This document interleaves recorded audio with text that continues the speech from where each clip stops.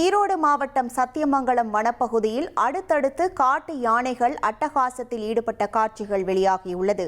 பெரிய கள்ளிப்பட்டி அருகே சாலையோர பழக்கடைக்குள் நுழைந்த யானை பழங்களை தின்றுவிட்டு கடையை முழுவதுமாக துவம்சம் செய்தது. இதேபோல் பண்ணாரி அம்மன் கோவில் அருகே தேசிய நெடுஞ்சாலையில் கரும்பு ஏற்றி சென்ற லாரியை வழிமறித்த யானை தும்பிக்கையால் கரும்புகளை பறித்து சாப்பிட்டது. இதனால் அந்த வழியாக சென்ற யானை வாகன ஓட்டிகள் மற்றும் சுற்றுலா பயணிகள் அச்சமடைந்தனர்.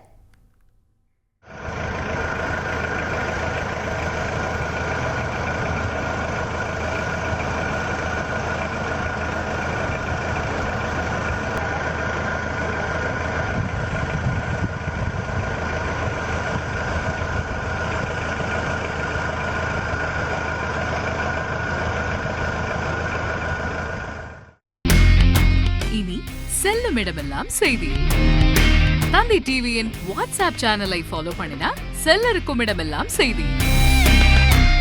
இதோ QR கோட் இப்பவே ஸ்கேன் பண்ணுங்க, ஃபாலோ பண்ணுங்க.